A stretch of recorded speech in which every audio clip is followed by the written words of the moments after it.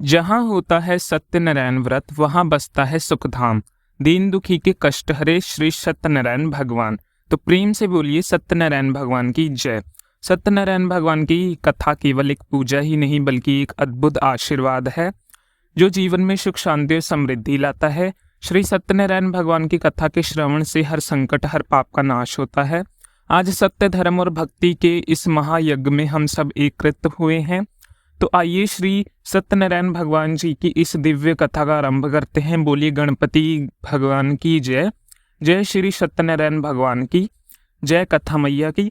कथा से पहले हम सब भगवान सत्यनारायण का ध्यान करते हैं जिनका स्वरूप शांति से पूर्ण है, जो शेषनाग पर शयन करते हैं, जिनकी नाभि में कमल है, वह देवताओं के हैं, जो समस्त संसार का आधार हैं, जो आकाश के समान असीमित हैं, जिनका रंग मेघ अर्थात बादलों के समान है और जिनका रूप शुभ है, जो कि लक्ष्मी जी के पति हैं, जिनके नेत्र कमल के समान सुंदर हैं और जो योगियों के ध्यान में सदैव विराजमान रहते हैं।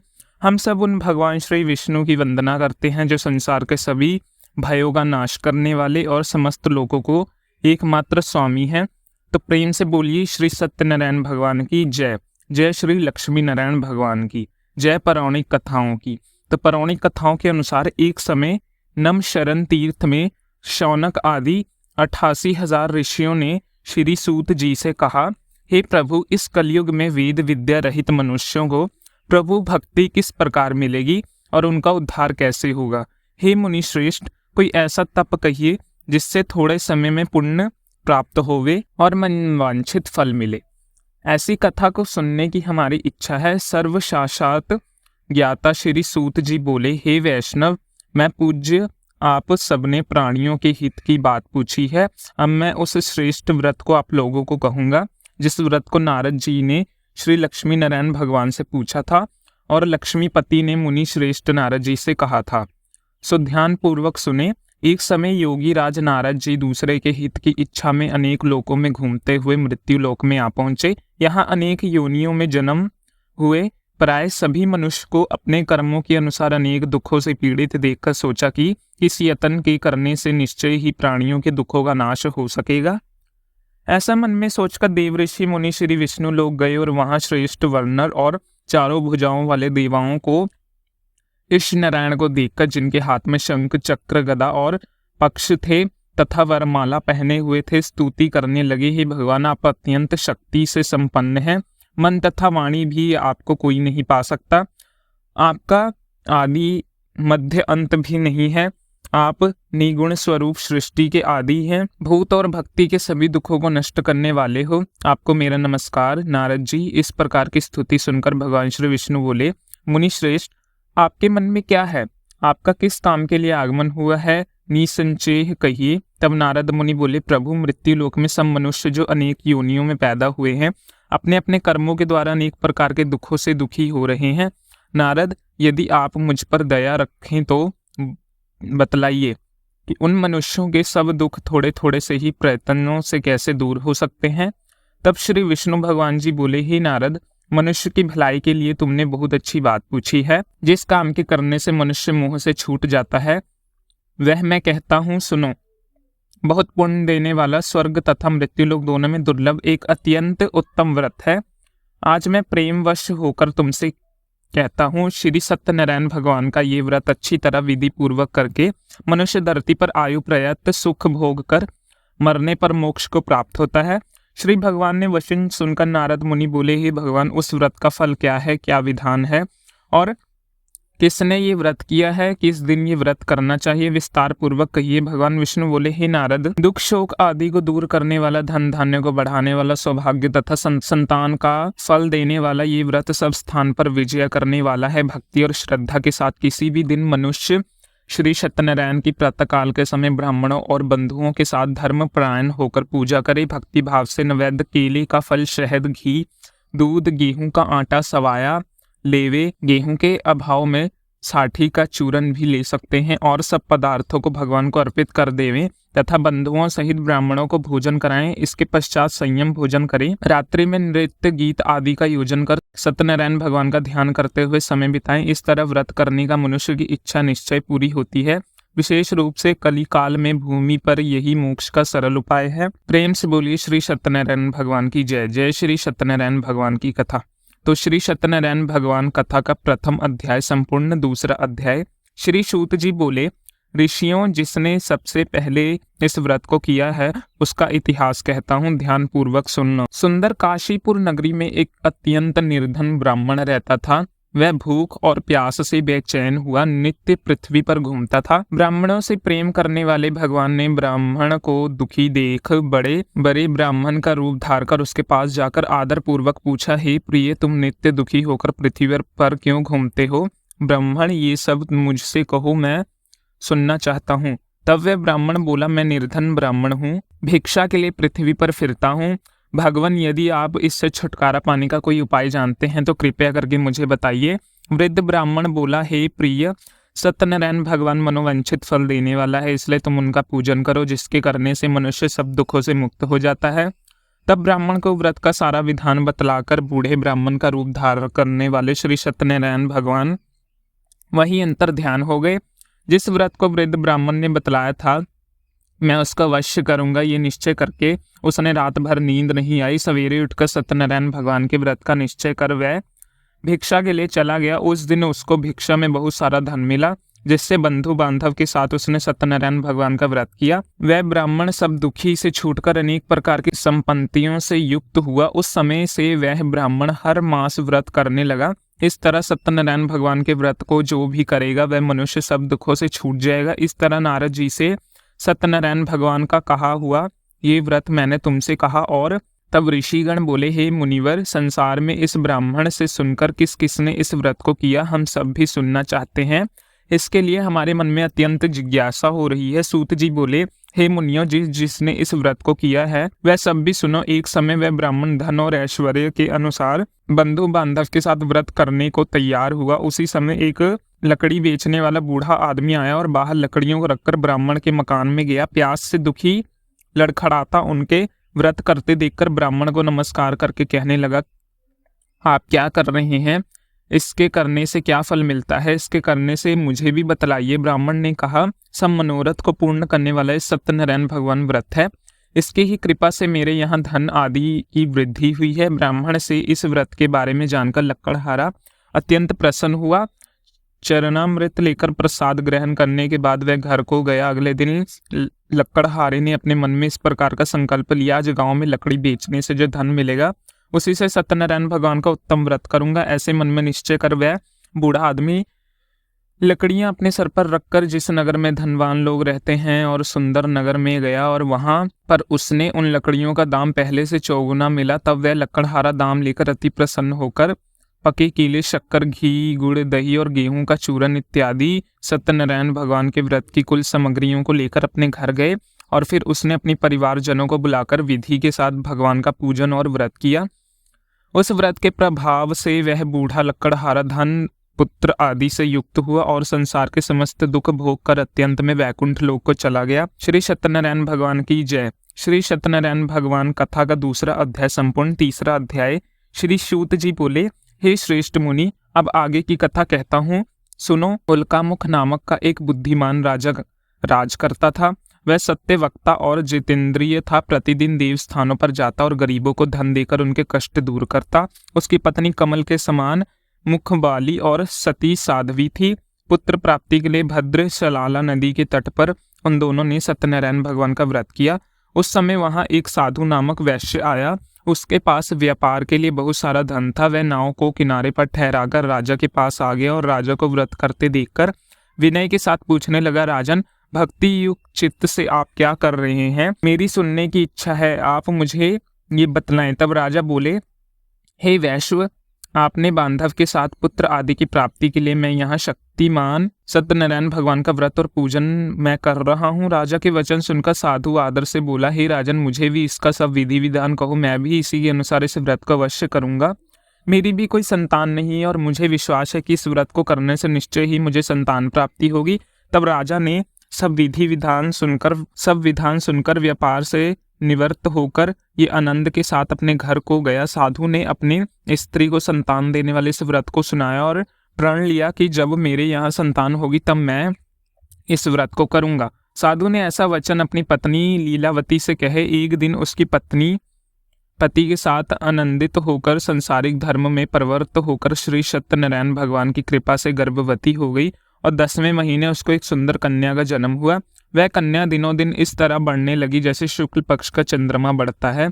कन्या का नाम कलावती रखा गया। तब लीलावती ने मीठे शब्द में अपने पति से कहा, स्वामी, जो आपने संकल्प लिया था कि मैं संतान होने पर सत्यनारायण भगवान का व्रत करूंगा, अब आप उसे करिए। साधु बोला, प्रिय, इसके विवाह पर करूंगा। इस प्रकार अपनी पत्नी को आश्वासन देकर वह नगर को चला गया। अब कलावती अपने पिता के घर में रहकर बड़ी हो गई थी और एक दिन साधु अब नगर में सखियों के साथ अपनी पुत्री को देखता हुआ तुरंत दूत को बुलाकर कहा कि पुत्री के लिए कोई सौभाग्य वर देख कर लाओ। साधु की आज्ञा पाकर दूत कंचन नगर पहुंचा और वहां पर खोज कर देखभाल कर कन्या के लिए सुभोग्य वर्णिक पुत्र को ले आया। उस सौभाग्य युवक को देखकर साधु ने अपने बंधु बांधव सहित प्रसन्न चित्त होकर अपनी पुत्री का विवाह उसके साथ कर दिया, किंतु दुर्भाग्य से विवाह के समय भी वह उस व्रत को ना कर पाया, वो भूल गया। तब श्री सत्यनारायण भगवान क्रोधित हो गए और साधु को श्राप दे दिया कि तुम्हें दारुणमय दुख प्राप्त होगा। अपने कार्य में कुशल साधु वैश्वव अपने जमाता सहित समुद्र के समीप स्थित रतन नगर में गया और वहां दोनों ससुर जमाई चंद्रकेतु राजा के उस नगर में व्यापार करने लगे। एक दिन भगवान सत्यनारायण की माया से प्रेरित कोई चोर राजा का धन चुराकर भाग रहा था, किंतु राजा के दूतों को आता देखकर चोर घबराता हुआ धन को वहीं छुपा छोड़कर चला गया जहां वह ससुर और जमाई ठहरे हुए थे। जब दूतों ने उन साधु वैश्यों के पास राजा के धन को रखा हुआ देखा, उन्होंने को चोर समझ लिया और दोनों को बांध कर ले गए और राजा के पास जाकर बोले, हे राजन, ये दो चोर हम पकड़ लाए हैं, देखो, अब आज्ञा दीजिए। तब राजा की आज्ञा से उन्हें कठोर कारावास में डलवा दिया गया। उसने सब धन भी छीन लिया। सत्यनारायण भगवान के श्राप के कारण साधु वैश्व की पत्नी और पुत्री भी इधर घर में बहुत दुखी रहने लगी। उनके घर पर जो भी धन रखा था वह चोरी हो चुका था। शारीरिक और मानसिक पीड़ा और भूख प्यास से अति दुखी होकर अन्न की चिंता में कलावती एक दिन ब्राह्मण के घर गई और वहां उसने सत्यनारायण भगवान का व्रत होते देखा। फिर कथा सुनी और प्रसाद ग्रहण करते रात होने पर वह घर आई तो उसकी माता ने कलावती से पूछा, पुत्री तू कहाँ थी? मेरे मन में न जाने क्या क्या चल रहा था। कलावती कहने लगी, माता, मैंने एक ब्राह्मण के घर पर श्री सत्यनारायण भगवान का व्रत होते देखा। कन्या के ऐसे वचन सुनकर लीलावती भगवान के पूजन की तैयारी करने लगी। लीलावती ने परिवार और बंधु सहित श्री सत्यनारायण भगवान का पूजन किया और वर मांगने की मेरे पति और दामाद शीघ्र घर आ जाए। साथ ही प्रार्थना की कि हम सबका अपराध क्षमा करो। सत्यनारायण भगवान इस व्रत में संतुष्ट हो गए और राजा चंद्रकेतु को स्पर्श में दर्शन देकर कहा, हे राजन, तुमने जिन दिनों वैश्व को बंदी बना रखा है वह निर्दोष हैं, उन्हें प्रातः ही छोड़ दो और उनका सब धन जो तुमने ले लिया है उन्हें वापस लौटा दो, नहीं तो मैं तेरा धन, राज्य, पुत्र आदि सब नष्ट कर दूंगा। राजा को ऐसे वचन कहकर भगवान अंतर्ध्यान हो गए। प्रातःकाल राजा चंद्रकेतु ने सभा में सरपय सुनाया। फिर दोनों वणिक पुत्रों को कैद से मुक्त कर सभा में बुलाया। दोनों को आते ही राजा को नमस्कार किया। राजा मीठे वचन से बोला, मनुभावी, तुम दववश ऐसा कठिन दुख प्राप्त हुआ है, अब तुम्हें कोई भय नहीं। ऐसा कहकर राजा ने उनको नए नए वस्त्राभूषण पहनाए और जितना धन लिया था उससे 2 गुना धन देकर आदर सहित विदा कर दिया। वह दोनों वैश्व अपने घर को चल दिए। सत्यनारायण भगवान की जय। श्री सत्यनारायण व्रत का 3रा अध्याय पूर्ण। 4था अध्याय। श्री सूत जी बोले, साधु बनिया मंगलचार्य कर और ब्राह्मणों को धन देकर अपनी नगरी के लिए चल पड़ा। साधु के कुछ देर दूर जाने पर इधर भगवान सत्यनारायण की उसकी सत्या की परीक्षा लेने के विषय में जिज्ञासा हुई और वह एक दंडी का वेश बनाकर उस बनिए के सामने गए और उससे, साधो, तुम्हारी नाव में क्या भरा है? तब धन के मध्य में चूर दोनों महाजनों ने अवहेलवान पूर्वक हंसते हुए कहा, दंडी सन्यासी, क्यों पूछ रहे हो? क्या कुछ मुद्रा लेने की इच्छा है? हमारी नाव में तो लता और पत्ते आदि भरे हैं। उनकी निष्ठुर वाणी सुनकर दंडी वेश भारी भगवान बोले, तुम्हारी बात सच हो जाए। ऐसा कहकर दंडी सन्यासी के रूप को धारण किए हुए भगवान कुछ दूर जाकर समुद्र के समीप बैठ गए। इधर दंडी के चले जाने पर नित्य क्रिया करने के बाद उतराई हुई यानी जल में ऊपर की ओर उठी हुई नौका को देखकर साधु अत्यंत आश्चर्य में पड़ गया और नाव में लता और पत्ते आदि देखकर मूर्छित होकर पृथ्वी पर गिर पड़ा। होश आने पर वार्णिक पुत्र चिंतित हो गया और उसके दामाद ने इस प्रकार कहा कि पिताजी, आप शोक क्यों करते हैं? दंडी ने शाप दिया था, इस स्थिति में वही चाहे तो सब कुछ कर सकते हैं, इससे संचय नहीं, अंत उन्हीं की शरण में हमको चलना चाहिए और वह मन की इच्छा पूर्ण होगी। दामाद की बात सुनकर वह साधु बनिया उसके पास गया और वहां दंडी को देखकर उसने भक्ति पूर्वक उन्हें प्रणाम किया तथा आदर पूर्वक कहने लगे कि आपके सुख सब मैंने जो कुछ कहा उसे अत्यस्त भाषण रूप अपराध किया है, आप कृपया कर उस अपराध को क्षमा कर दीजिए। ऐसा कहकर बार बार प्रणाम करके वह महान शोक से व्याकुल हो गया। दंडी ने उस बनिया को रोता हुआ देखकर कहा, मूर्ख रो मत, मेरी बात सुनो। मेरी पूजा से उदासीन होने के कारण तथा मेरी आज्ञा से ही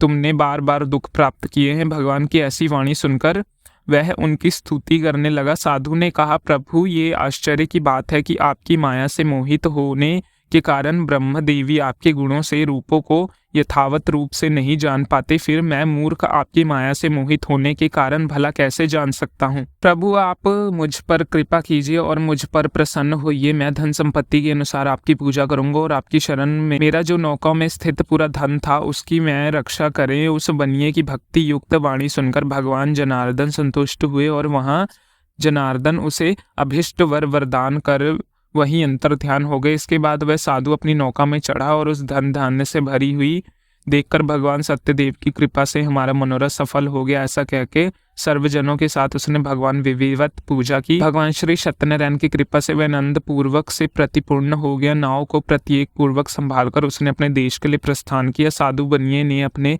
दामाद से कहा, नगरी दिखाई दे रही है। उसने अपने धन के रक्षक दूत को अपने आने का समाचार देने के लिए अपनी नगरी में भेजा। उसके बाद उस दूत ने नगरी में जाकर साधु की पत्नी का हाथ जोड़कर प्रणाम किया। उसके लिए अभिष्ट बात की श्रेष्ठ जी अपने दामाद और बंधु वर्ग के साथ बहुत सारे धन से संपन्न होकर नगरी के निकट पधार गए हैं। दूत के मुख के ये बात सुनकर अत्यंत आनंदित हुई साध्वी ने श्री सत्यनारायण पूजा करके अपने पति पुत्री से कहा, पुत्री मैं साधु के दर्शन करने के लिए जा रही हूँ, तुम भी जल्दी आना। माता के ऐसे वचन सुनकर व्रत को समाप्त करके प्रसाद का परित्याग करके कलावती भी अपने पति का दर्शन करने के लिए चल पड़ी। इसके बाद भगवान श्री सत्यनारायण रट हो गए और उन्हें उसके पति को तथा नौका को धन के साथ हरण करके जल में डुबा दिया। इसके बाद कलावती कन्या अपने पति को ना देखकर महान शोक से रिदून करती हुई पृथ्वी पर गिर पड़ी। नाव का दर्शन और कन्या को अत्यंत दुखी देखकर भयभीत मन से साधु बनिए ने ये सोचा, ये क्या आश्चर्य हो गया। नाव का संचालन करने वाले भी सभी चिंतित हो गए। इसके बाद वह लीलावती भी कन्या को देखकर दुखी से व्याकुल हो गई और अत्यंत दुखी से विलाप करती हुई अपने पति को इस प्रकार बोली, स्वामी अभी अभी नौका के साथ वह अध्यक्ष का कैसे हो गए, न जाने किस देवता की अपेक्षा है वह नौका हरण कर ली गई या फिर श्री सत्यनारायण के महात्म में भला कौन जान सकता है। ऐसा कहकर वह अपने परिवारजनों के साथ विलाप करने लगी और कलावती कन्या को गोद में लेकर रोने लगी। कलावती भी अपनी पति के नष्ट हो जाने पर दुखी हो गई। पति की पादुका लेकर उसने अनुगमन करने के लिए उसके मन में निश्चय किया कि कन्या के इस प्रकार के आश्चर्य को देखकर पत्नी सहित वह धर्म के साधु बनिया अत्यंत शोक व्याकुल हो गई और सोचने लगा, ये तो भगवान सत्यनारायण ने ये अपहरण किया है या फिर हम सभी भगवान सत्यदेव की माया से मोहित हो गए हैं। उस धन की शक्ति के अनुसार मैं भगवान श्री सत्यनारायण की पूजा करूंगा। तब सभी को बुलाकर इस प्रकार कहकर उसने अपने मन की इच्छा प्रकट की और बारंबार भगवान सत्यदेव और दंडवत प्रणाम किया। इससे दोनों को परिपालन भगवान सत्यदेव प्रसन्न हुए और भक्त वत्सल भगवान ने कृपा पूर्वक आकाशवाणी की कि तुम्हारी कन्या प्रसाद छोड़कर अपने पति को देखने चली गई। निश्चय ही इस कारण उसका पति अद्वैष्य हो गया। यदि घर जाकर वह प्रसाद ग्रहण करके वापस आए तो साधु बनिए तुम्हारी पुत्री पति को प्राप्त करेगी, इससे संचय नहीं। कलावती ने ये भी दिव्य आकाशवाणी सुनी तो वह शीघ्र ही अपने घर गई और उस प्रसाद को ग्रहण किया। वापस आकर उसने अपने परिवारजनों और अपने पति को भी देखा। तब कलावती कन्या ने अपने पिता से कहा कि पिताजी अब तो घर चलिए, देरी क्यों कर रहे हैं। कन्या की बात सुनकर वर्णिक पुत्र संतुष्ट हो गए। विधि विधान से भगवान सत्यनारायण का पूजा करके धन तथा बंधु बांधव के साथ अपने घर को गया। इसके बाद पूर्णिमा और संक्रांति पर्वों पे भगवान सत्यनारायण का पूजा करते हुए इस लोक में सुख भोग कर अंत में वह सत्यपुर वैकुंठ लोक को चला गया। प्रेम से बोलिए श्री सत्यनारायण भगवान की जय। श्री सत्यनारायण भगवान कथा का 4वां अध्याय पूर्ण। 5वां अध्याय। श्री सूत जी बोले, श्रेष्ठ मुनि अब इसके बाद दूसरी कथा कहूंगा, आप लोग ध्यान पूर्वक सुनिए। अपनी प्रजा का पालन करते हुए तत्पर तंगु ध्वज नामक एक राजा था। उसने सत्यदेव के प्रसाद का परित्याग करके दुख प्राप्त किया। एक बार वह वन में बहुत से पशुओं को मारकर वट वृक्ष के नीचे आया वहां उसने देखा कि गोप गण बंधु बांधव के साथ संतुष्ट होकर भक्तिपूर्वक भगवान सत्यदेव की पूजा कर रहे हैं। राजा ये देखकर भी अहंकारवश ना हुआ तो वह वहां गया और उनसे कहा, भगवान सत्यनारायण को प्रणाम ही किया। पूजन के बाद सभी उपकरण भगवान का प्रसाद राजा के समीप रखकर वहां से लौट आए और इच्छा अनुसार उन सभी ने भगवान का प्रसाद ग्रहण किया। इधर राजा को प्रसाद का परित्याग करने से बड़ा दुख मिला। उसका संपूर्ण धन्य धान्य और सभी 100 पुत्र नष्ट हो गए। राजा से मन में ये निश्चय किया कि अवश्य ही भगवान सत्यनारायण ने मेरा नाश कर दिया, इसके लिए मुझे वहां जाना चाहिए जहां श्री सत्यनारायण का पूजन हो रहा है। ऐसा मन में निश्चय करके गोपगणों के समीप वहां चले गए। भक्ति श्रद्धा से युक्त होकर विधि पूर्वक भगवान सत्यदेव की पूजा की। भगवान सत्यदेव की कृपा से वह पुण्य धन और पुत्रों से संपन्न हो गया। इसके बाद वह लोक में सुखी और उपभोग के अंत में सत्यपुर वैकुंठ लोक को प्राप्त हुआ। सूत जी कहते हैं कि जो व्यक्ति इस परम दुर्लभ श्री सत्यनारायण जी के व्रत को करता है, परम तथा फल प्रदायनी भगवान की कथा को भक्ति युक्त होकर सुनता है, उसे भगवान सत्यनारायण की कृपा से धन धान आदि की प्राप्ति होती, दरिद्रता धनवान हो जाता है, बंधन में पड़ा हुआ बंधन से मुक्त हो जाता है, डरा हुआ व्यक्ति मय मुक्त हो जाता है।